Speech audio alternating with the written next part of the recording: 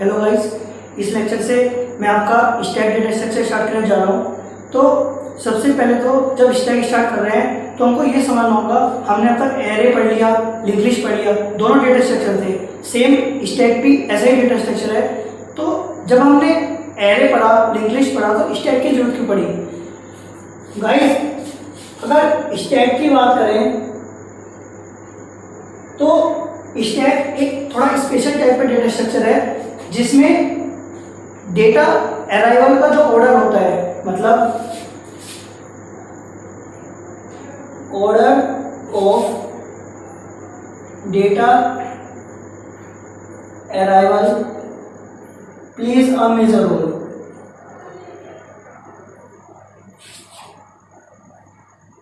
अब तक एरे और लिंक लिस्ट में कुछ नहीं था, सिंपल आपका डेटा स्ट्रक्चर था जिसमें हम अपनी वैल्यू को इंसर्ट कर रहे थे और वहां से आराम से रीड कर पा रहे थे। बट जो एक स्टैक डेटा स्ट्रक्चर है, इसमें जो हम डेटा को इंसर्ट करेंगे या फिर जो उसमें से डेटा को बाद में रिमूव करेंगे, उसमें जो ऑर्डर है, मतलब किस ऑर्डर में डेटा आएगा और किस ऑर्डर में डेटा स्टैक से बाहर जाएगा, वो इंपॉर्टेंट रोल प्ले करता है। तो गाइस, जो स्टैक में ऑर्डर फ्लो होता है वो होता है basically last in first out, जिसको आप लीफो भी बोलते हो। मतलब जो भी एलिमेंट स्टैक में सबसे लास्ट में इनपुट होगा वो सबसे पहले स्टैक से बाहर जाएगा। या फिर इसको आप एक चीज और बोल सकते हो कि first in last out, FILO, या फिर लीफो के नाम से पॉपुलर है काफी, लास्ट इन फर्स्ट आउट। मतलब अगर मैं आपको एक सिंपल एग्जांपल की बात करें आपकी डे टू डे लाइफ से, तो गाइस सपोज करो आप कई बार किसी पार्टी फंक्शन में गए होंगे, वहां पे क्या होता है, वहां पे आपने देखा होगा डिनर प्लेट्स एक के ऊपर एक रखी रहती हैं, मतलब ऐसे रखी रहती हैं आपकी डिनर प्लेट्स, ठीक है। सपोज करो एक ऐसे डिनर प्लेट्स का एक के ऊपर एक रखी है और वहां पे वे 20 प्लेट्स ऐसे रखी है। तो आप जब डिनर की प्लेट लेने जाते हो तो हमेशा सबसे ऊपर वाली को उठाते हो। ऐसा तो नहीं है कि आप सबसे नीचे वाली या किसी बीच वाले उठाओगे, भाई सबसे ऊपर वाले को उठाओगे, क्योंकि अगर किसी और को उठाऊंगा तो वे गिर जाएंगी, आपको पता है। तो हमने हमेशा हुआ क्या, बेसिकली इस वाली प्लेट को मैंने सबसे पहले रखा था फर्स्ट नंबर पे, फिर second, third, fourth, fifth and so on. जो प्लेट सबसे लास्ट में मैंने ऊपर रखी, आप गए डिनर प्लेट उठाने के लिए, आपने सबसे पहले उसको ही उठाया। तो ये आपका एक रियल एग्जांपल है जिससे आपको क्लियर हो गया होगा कि जो ये लास्ट इन फर्स्ट आउट या फिर फर्स्ट इन लास्ट आउट वाली बात है स्टैक डेटा स्ट्रक्चर में, इसका क्या मतलब है। ठीक, ये तो हो गया आपका एक simple day to day life example. अब एक एग्जांपल समझते हैं कंप्यूटर की लैंग्वेज में। गाइस, आप लोगों ने सभी ने MS वर्ड में काम जरूर करा है, ठीक है, कभी ना कभी करा होगा। तो आपने एक चीज कभी देखी, सपोज करो मैं वहां लिख रहा हूं MS वर्ड में कि माय नेम इज यश, ठीक, आपने इतना लिखा MS वर्ड में, और आप जब इतना लिखने के बाद जब उसमें कंट्रोल Z दबाते हो, मतलब जब अंडू वाला ऑपरेशन आप परफॉर्म करते हो, तो हमेशा ये यश हट जाएगा वहां से। दोबारा कंट्रोल Z दबाओगे तो ये इज हट जाएगा, दोबारा कंट्रोल Z दबाओगे तो नेम हट जाएगा, दोबारा कंट्रोल Z दबाओगे तो माई हट जाएगा। तो आपने देखा मैंने स्टेटमेंट लिखा था left to right, my name is Yash. Yash मैंने सबसे लास्ट में इनपुट करा था, बट जब मैंने अंडू वाला ऑपरेशन परफॉर्म करा माई MS वर्ड में, तो वहां पे आपका यश सबसे पहले रिमूव हुआ। तो मतलब जो आपका MS वर्ड में हम अंडू ऑपरेशन परफॉर्म करते हैं वो भी आपका स्टैक डेटा स्ट्रक्चर को यूज करता है। गाइस, ये दो एग्जांपल हैं जिससे आपको बिल्कुल क्लियर हो गया होगा कि जो इसमें ऑर्डर वाली बात है, डेटा अराइवल ऑर्डर, वो क्या मतलब है उसका, फर्स्ट इन लास्ट आउट या फिर last in first in last out या फिर लास्ट इन फर्स्ट आउट का क्या मतलब है, ठीक है। अब समझते हैं कि हम स्टैक को इंप्लीमेंट कैसे करते हैं। इंप्लीमेंट से पहले स्टैक के कुछ ऑपरेशन देखते हैं, देन समझेंगे कि हम उसको इंप्लीमेंट कैसे करेंगे। हमने एरे में अब तक इंसर्शन एंड डिलीशन पढ़ा। स्टैक की लैंग्वेज में इंसर्शन और डिलीशन को कुछ और नाम है। क्या नाम है? इंसर्शन को बोलते हैं गाइस हम पुश ऑपरेशन, और डिलीशन को बोलते हैं पॉप। पुश मतलब किसी एलिमेंट को स्टैक में पुश करना, मतलब इंसर्ट करना, एंड पॉप मतलब रिमूव करना एलिमेंट को, ठीक है। तो पुश एंड पॉप आपके सेम हो गए एक तरह से, जैसे हमने आपका इंसर्शन एंड डिलीशन पढ़ा एरे या लिंक लिस्ट में, ठीक है। अब जब मैंने आपको बताया कि स्टैक में जो चीज सबसे लास्ट में इनपुट होगी वो सबसे पहले आउटपुट में जाएगी, मतलब सपोज करो ये आपने स्टैक बना दिया जिसमें आपका 10, 20, 30, 40 एंड 50 इनपुट करवा दिया। अगर मुझको यहाँ से एलिमेंट पॉप करना है, मतलब डिलीट करना है, तो सबसे पहले मेरा ये वाला एलिमेंट डिलीट होगा। तो हमेशा जो भी स्टैक का टॉप मोस्ट एलिमेंट होता है हमेशा उसको हम टॉप से रेफर करते हैं, मतलब टॉप एक वेरिएबल मान लो स्टैक में जिसको हम हमेशा, जो टॉप हमेशा स्टैक का जो टॉप मोस्ट एलिमेंट होगा हमेशा उसको रेफर करेगा, ठीक। तो भाई दो ऑपरेशन तो ये मेन है आपके जो मेजर है स्टैक के, पुश एंड पॉप। इसके साथ दो ऑपरेशन और, एक आपका इज एम्प्टी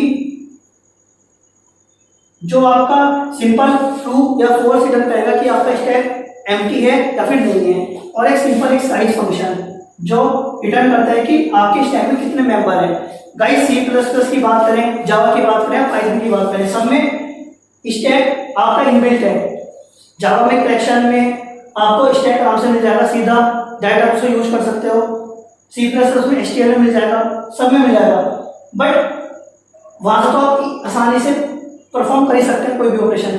बट समझते हैं कि बेसिकली अगर हमें सी लैंग्वेज में, क्योंकि सी लैंग्वेज में कोई ऐसा इनबिल्ट लाइब्रेरी नहीं है जहाँ से डायरेक्ट स्टैक को उठाकर यूज कर सकते हो, तो सी लैंग्वेज में तो आपको स्टैक को अपने आप ही बनाना पड़ेगा। तो उसको देखते हैं उसको हम कैसे इंप्लीमेंट करते हैं सी में। गाइस अगर इंप्लीमेंटेशन की बात करें तो स्टैक को हम आपके दो तरह से इंप्लीमेंट कर सकते हैं, या तो एरे से इंप्लीमेंट कर सकते हैं या फिर लिंक लिस्ट से।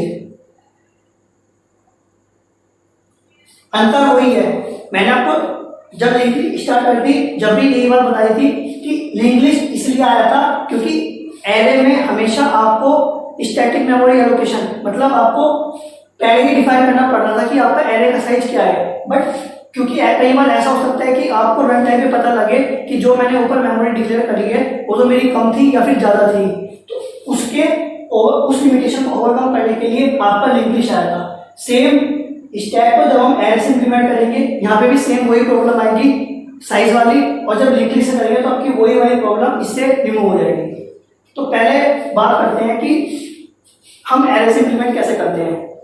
गाइस सपोज करो मैंने एक एरे बना लिया, इंट स्टैक नाम से बना लिया, और जिसका साइज मैंने शुरू में मैक्सिमम मान लिया अपनी आसानी के लिए, ठीक है। मैं आपको पूरा कोड यहाँ मतलब पूरा स्टैक इंप्लीमेंट नहीं करके बताऊंगा, मेन जो आपके पुश एंड पॉप ऑपरेशन है वो करूंगा, रेस्ट तो आप एरे और लिंक लिस्ट की वीडियो के बाद जब देखोगे तो आपको क्लियर हो जाएगा कि हम उसको कैसे इंप्लीमेंट करते हैं, कंप्लीट तो आप उसको करोगे, ठीक है। आप देखते हैं गाइस पहले पुश ऑपरेशन की बात करते हैं। अगर मुझे पुश ऑपरेशन इंप्लीमेंट करना है तो इसका मतलब मुझे कोई ना कोई एलिमेंट यहाँ पे पास करना होगा, जो मुझे एलिमेंट पुश करना होगा। तो पहले मैं उस एलिमेंट को पास कर दिया मैंने यहाँ पे, क्योंकि आपको पता है कि एरे में हम साइज पहले ही डिक्लेयर कर देते हैं। तो पहले तो हम ये देखेंगे कि क्या आपके एरे में जगह भी है या फिर नहीं। भाई सपोज करो एरे का साइज मैंने यहाँ पे 1000 ले लिया और आपने पहले ही 1000 एलिमेंट इंसर्ट कर रखे हैं इस स्टैक नाम के एरे में। जब उसमें पहले ही 1000 एलिमेंट हैं तो जो मैं नया एलिमेंट अपना यहाँ पे इंसर्ट करना चाह रहा हूँ ये तो नहीं कर सकते। तो पहले हम चेक करेंगे if top equal to maximum, जो साइज मैंने वहाँ पे स्टैक कर दिया है पहले मैंने चेक करा, अगर टॉप इक्वल टू मैक्सिमम हुआ तो मैं यही प्रिंट कर दूंगा स्टैक इज ओवरफ्लो।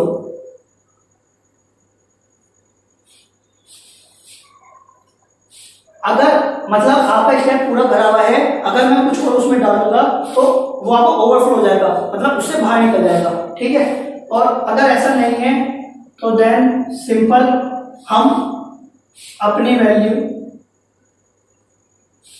भाई सपोज करो आपका ये स्टैक है 10 20 30, अभी इसको टॉप रेफर कर रहा है, आपको यहाँ पे नई एलिमेंट इंसर्ट करनी है, तो पहले तो मुझे अपना टॉप को आगे बढ़ाना पड़ेगा ना भाई। इस इंडेक्स पे जब टॉप आएगा जब भी तो मैं यहाँ पे अपनी कोई वैल्यू इंसर्ट कर सकता हूँ।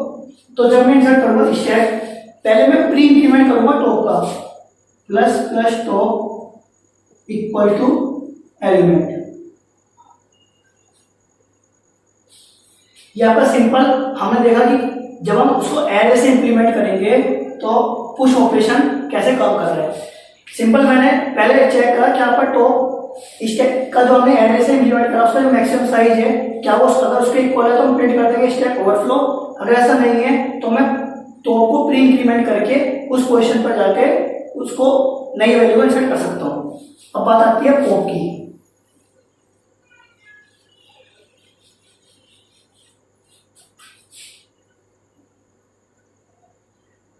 गाइस जैसे हमने स्टैक में चेक करा था पहले कि हमारा स्टैक पहले भरा तो नहीं है, ऐसे ही हमें पॉप पे चेक करना होगी कहीं मेरा स्टैक खाली तो नहीं है। भाई अगर मुझे कोई वैल्यू डिलीट करनी है तो उसमें कोई वैल्यू होनी भी तो चाहिए, रिमूव करनी है स्टैक से, तो चेक करेंगे इफ टॉप इक्वल टू -1, तो यहीं प्रिंट कर देना आप स्टैक इज अंडरफ्लो।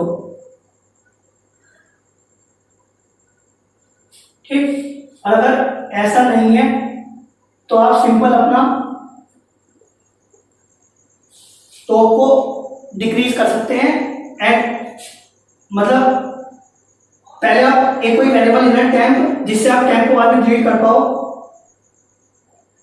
टेम्प में आपने पहले टॉप डाल दिया, देन आपने अपने टॉप को डिक्रीमेंट कर दिया एंड फाइनल आप सिंपल डिलीट कर सकते हो टेम्प को, जैसे हम सिंपल एरे से कोई एलिमेंट डिलीट करते हैं ऐसे कर सकते हैं। ठीक, तो हमने देखा कैसे हमने पुश एंड को इंप्लीमेंट कर लिए स्टैक एरे के हेल्प से। तो गाइस ये तो आपका था सिंपल एरे के इंप्लीमेंटेशन। इसमें वही दिक्कत है कि आपको साइज पहले ही देना पड़ेगा, तो इसलिए जब हम स्टैक को एरे के हेल्प से इंप्लीमेंट करते हैं तो वही स्टैटिक मेमोरी एलोकेशन वाली बात आ गई, उसको ओवरकम करने के लिए हम लिंक लिस्ट से इंप्लीमेंट करेंगे। तो गाइस यहाँ तक हमने एक बहुत मतलब मेजर चीज देखी, स्टैक ओवरफ्लो। कंडीशन क्या थी आपकी स्टैक ओवरफ्लो की, if top equal to maximum, और दूसरा देखा हमने स्टैक अंडरफ्लो। स्टैक अंडरफ्लो की कंडीशन थी if top equal to -1। Guys ये दोनों कंडीशन बहुत इंपॉर्टेंट है, कई बार डायरेक्ट कॉम्पिटिटिव पेपर सीधा पूछ लेता है कि what is the stack overflow and stack underflow condition when we implement a stack using a array. ठीक है, तो गाइस ये आपको इतना याद रखना है। अब देखते हैं कि इसको हम लिंक लिस्ट से कैसे इंप्लीमेंट करते हैं। गाइस ये आपका सिंपल हम देखेंगे अब कि हमने स्टैक को कैसे इंप्लीमेंट करा लिंक लिस्ट से। सबसे पहले मैंने जैसे आपकी लिंक लिस्ट में बताया था कि सिंगल लिंक लिस्ट क्रिएट करते हैं, मैंने सिंपल पहले ऐसे ही स्टार्ट नोड, उसमें एक डेटा पॉइंटर और एक लिंक वाला पॉइंटर मैंने क्रिएट कर लिया। पुश ऑपरेशन के लिए गाइस सबसे पहले मैंने टेम्प वेरिएबल बनाया, इसको हम वही मैलोक की हेल्प से जैसे हम लिंक लिस्ट में क्रिएट करते थे वैसे करेंगे। आप लिंक लिस्ट की वीडियो को रेफर कर सकते हैं, ऊपर आपको आई इंटरनेट का लिंक मिल जाएगा। इसके बाद जब हमने टेम्प वेरिएबल क्रिएट कर लिया, देन हम अपने जो हमें नया डेटा इंसर्ट करना है स्टैक में उसको हमने स्कैन कराया और मैंने उसको टेम्प के डेटा वाले फील्ड में, भाई जब टेम्प नोड क्रिएट हुई तो टेम्प तो ऐसे हुई ना, तो मैंने टेम्प के डेटा में सपोज मुझे नया डेटा 50 इंसर्ट करवाना है तो मैंने उसमें यहाँ 50 कर दिया। अब मैंने टेम्प के लिंक में पहले नल कर दिया सिंपल। ठीक है, नल करने के बाद सपोज करो जो आपका स्टैक है पहले से वो कुछ ऐसा है,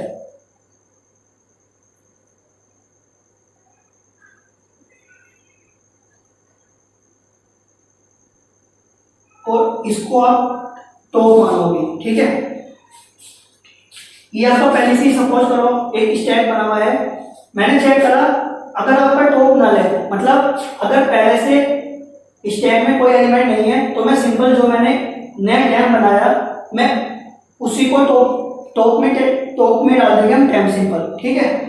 अगर ऐसा नहीं है, मतलब अगर पहले स्टैक बना हुआ है देन मैं टेम्प के लिंक में टेम्प का लिंक में जो भी नल है वो नल ना रह के आपका टॉप को रेफर करेगा, एंड टॉप में टेम्प मतलब टॉप अब इस वाली को रेफर ना करके जो आपने नई नोड डिसाइड करी उसको रेफर करेगा।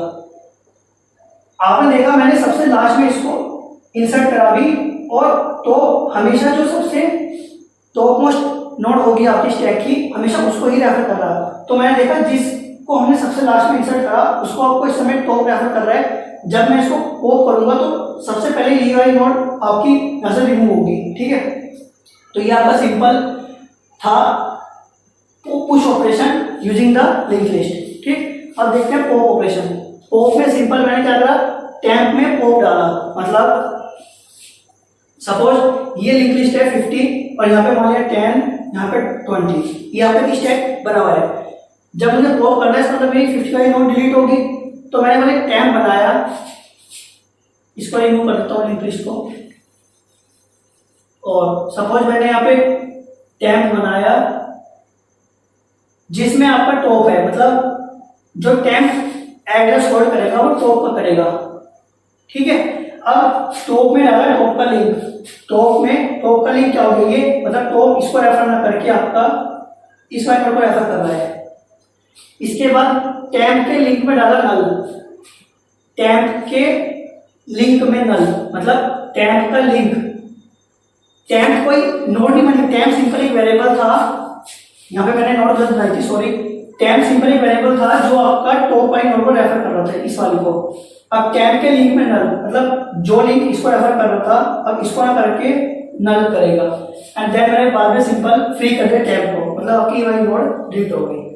तो आपने देखा मैंने 50 को सबसे लास्ट में इस स्टेप में पुश करा था जो मैंने इस वाले कोड से लिंक लिस्ट में ऐड कर दिया था, और जब मैंने पॉप करा था मैंने देखा कैसे जो सबसे लास्ट में 50 इंसर्ट करा था मैंने उसको ही रिमूव कर दिया, ठीक। तो गाइस ये आपका सिंपल हो गया। हमने देख लिया कि हम स्टैक को कैसे इंप्लीमेंट करते हैं using the array and using the link list. इसको आप इंप्लीमेंट करके देखें एक बार, काफी सही है, आसान भी है, ज़्यादा हार्ड नहीं है। अगर कोई दिक्कत आती है तो आपको डिस्क्रिप्शन बॉक्स में मेल आईडी दी हुई है या फिर टेलीग्राम चैनल का लिंक भी है, आप कहीं भी पूछ सकते हैं आराम से, ठीक। अब बात करते हैं कि applications of stack. Guys stack की बहुत सारी एप्लीकेशन है, मतलब इतनी ज़्यादा एप्लीकेशन, स्टैक बहुत जबरदस्त होता है आपका। और इसके बाद सही बताऊँ तो जो आपकी स्टैक का जो पूरी सीरीज चलेगी इसमें मेजर एप्लीकेशन वाला पार्टी चलेगा, मतलब हम बहुत सारी एप्लीकेशन को देखेंगे कैसे हम उन एप्लीकेशन को सोल्व करते हैं। तो गाइस बात करते हैं पहले उस एप्लीकेशंस की।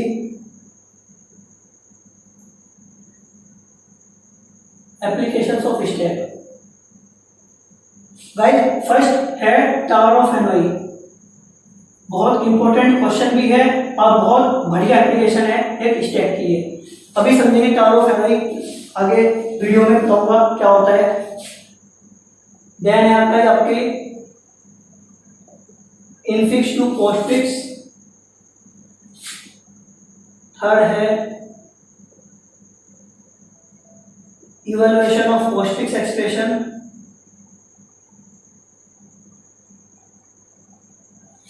फोर्थ मैंने आपको बताई थी शुरू में अंडू ऑपरेशन,